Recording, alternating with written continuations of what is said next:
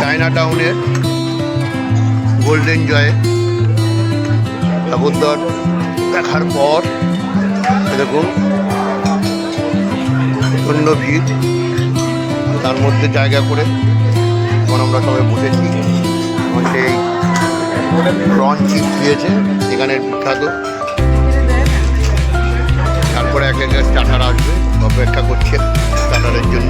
Golden prawn serve হচ্ছে বেশ সুন্দর। আর এটা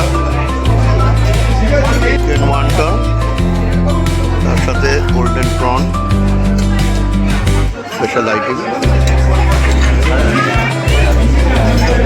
মাই ফেভারিট।